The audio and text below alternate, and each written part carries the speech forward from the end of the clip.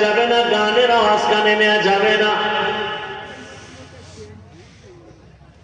কানের মধ্যে কোরআন তেলাওয়াতের আওয়াজ নাও, আজানের আওয়াজ নাও,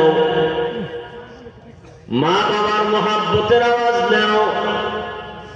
কানের হক আদায় করো, চোখের হক আদায় করো, জবানের হক আদায় করি। ওরে যুবক, অন্তরের হক আদায় করো।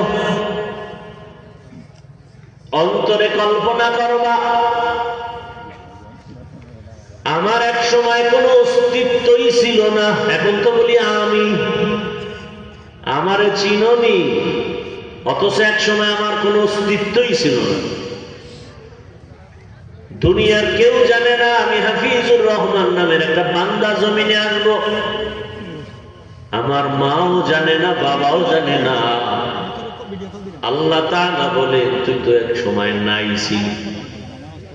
কাইফা তাকফুরুনা বিল্লাহি ওয়া কুনতুম আমওয়াতান ফাআহইয়াকুম সুম্মা ইউমীতুকুম সুম্মা ইউহয়ীকুম সুম্মা ইলাইহি তুরজাউন।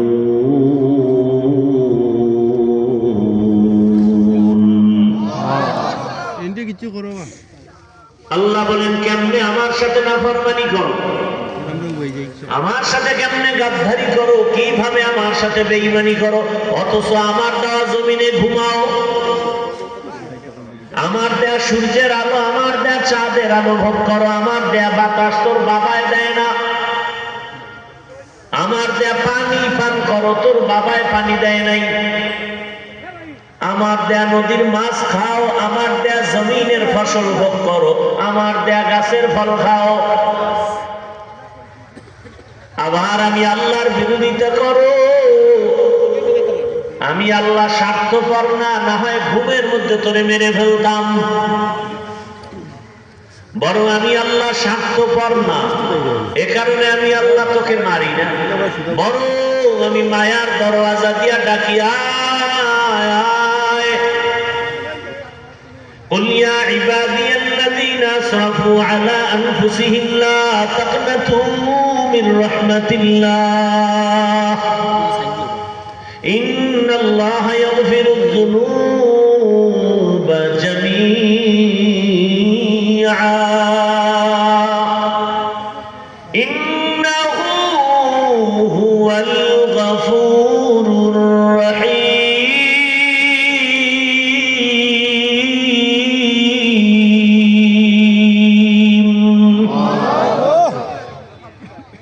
আল্লাহ বারবার ডাকেন, কি পরিমাণ গুনাহ করেছো। আমার দেওয়া পানি, আমার দেওয়া বাতাস, আমার দেয়া চাঁদের আলো, সূর্যের আলো, জমিনের ফসল, গাছের ফল, নদীর মাছ খাইয়া লইয়া শরীরটারে তাজা বানাইয়া কি পরিমাণ অন্যায় করেছো। পাহাড় বানিয়েছো অন্যায় করে করে, গুনার পাহাড়, পাথরের পাহাড়, মাটির পাহাড়, স্বর্ণের পাহাড়, আর বুনিয়াদম তুমি করেছো গুনার পাহাড়। 30, 40, 50 বছর ধরে গুনাহ করে করে এত পরিমাণ তুমি গুনাহ করেছো, মনে হয় হিমালয় ফেল হয়ে যাবে, এত বিশাল পাহাড় গুনার। আল্লাহ বলেন, আমার রহমত আরো বড়, আমার দয়া আরো বড়। হিমালয়ের থেকেও যদি তোর গুনার পাহাড় বড় হয়ে যায়, আর চোখের পানি ছেড়ে যদি তোর 80 বছরের গুনাহ আমার আদালতে এসে যদি এক ফোঁটা পানি ছেড়ে বলো, ইয়া রাব্বি গফিরলি, ও রব আমাকে মাফ করে দাও, তোর 70 বছরের গুনাহ আমি মাফ করব 1 সেকেন্ডের ভেতরে।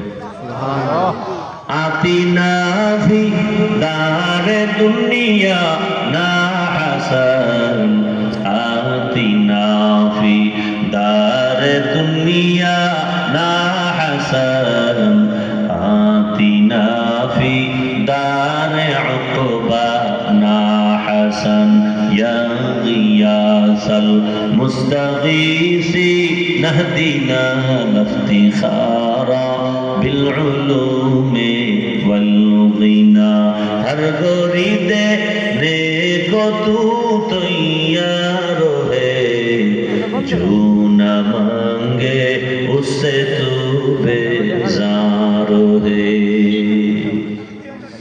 প্রত্যেকটা মানুষের ভেতরে গুনাহ করার আকর্ষণ আছে। যে বলবে আমার মধ্যে গুনার আকর্ষণ নাই, কসম আল্লাহ, ও মানুষ না। আল্লাহ কসম করে বলছেন, তুমি বলবা কেন আমার আকর্ষণ নাই? ওয়াশ-শামসি ওয়া দুহাহা ওয়াল কমারি ইযা তালাহা ওয়ান নাহারি ইযা জাল্লাহা ওয়াল লাইলি ইযা ইয়াগশাহা ওয়াস সামাই ওয়া মা বানাহা ওয়াল আরদি ওয়া মা তাহাহা ওয়া নাফসিন ওয়া মা সাওয়াহা ফাআলহামাহা ফুজুরাহা ওয়া তাকওয়াহা। আল্লাহ তাআলা আসমানের কসম করলেন, সূর্যের কসম,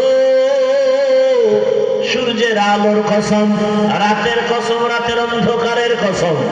এতগুলো কসম কেটে আল্লাহ বলেন ফাআলহামাহা ফুজুরাহা ওয়া তাকওয়াহা, মানুষের ভেতরে ইচ্ছা শক্তি আমি দিলাম। এই ইচ্ছা শক্তির দ্বারা বান্দা চাইলে নেক করতে পারে, গুনাহও করতে পারে। এ কারণেই তো দেখা যায় জমিনের মধ্যে বড় বড় বড় বড় আল্লাহওয়ালারাও মাঝে মাঝে লাইনচ্যুত হয়ে গেছেন, লাইন থেকে একটু ভিন্ন দিকে চলে গেছেন। ইতিহাস জগৎ বিখ্যাত একজন ওলিয়ে কামেল শায়েখ শিবলি রহমতুল্লাহ আলাইহি,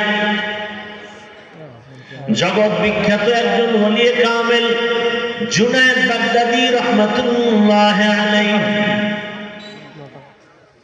এদের নাম শুনছেন কোনদিন? আপনাদের দিল কি বলে? এরা সাধারণ কোন মানুষ না। তাহলে জুনায়েদ বাগদাদী রহমতুল্লাহ আলাইহি, শায়েখ শিবলি রহমতুল্লাহ আলাইহি, এরা কত বড় আলেম এবং আবেদ, কত বড় ওলি। এবার বুঝেন তো তাদের হিসাব কেমন। জুনায়েদ বাগদাদীর পীর, শিবলির পীর আবু আব্দুল্লাহ আন্দলুসি রহমতুল্লাহ আলাইহি,